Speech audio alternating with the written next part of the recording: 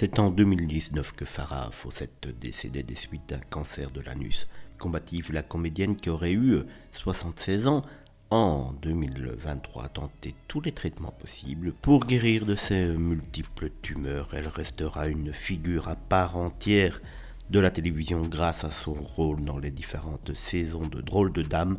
Farrah Fawcett a marqué toute une génération de téléspectateurs. La comédienne est décédée en 2009 des suites d'un cancer de l'anus. Son destin tragique a été marqué par la maladie et malheureusement par de nombreuses récidives. Diagnostiquée à peine quelques années avant sa mort, Farrah Fawcett s'est battue avec acharnement contre son cancer. Un combat qu'elle n'a pas mené toute seule, entourée de son compagnon Ryan O'Neal, avec qui elle a eu son fils Redmond et son amie Alana Stewart en 2019. Cette dernière relatait les derniers moments de l'actrice pour le documentaire This is Farrah Fawcett.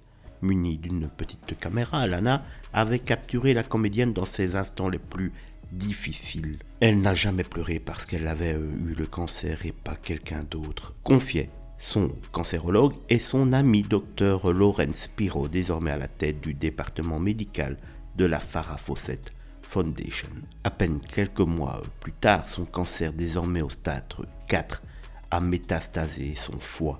La comédienne tente alors le tout pour le tout. Accompagnée de Ryan O'Neal et Alana Stewart, elle s'envole pour l'Allemagne pour essayer des traitements expérimentaux.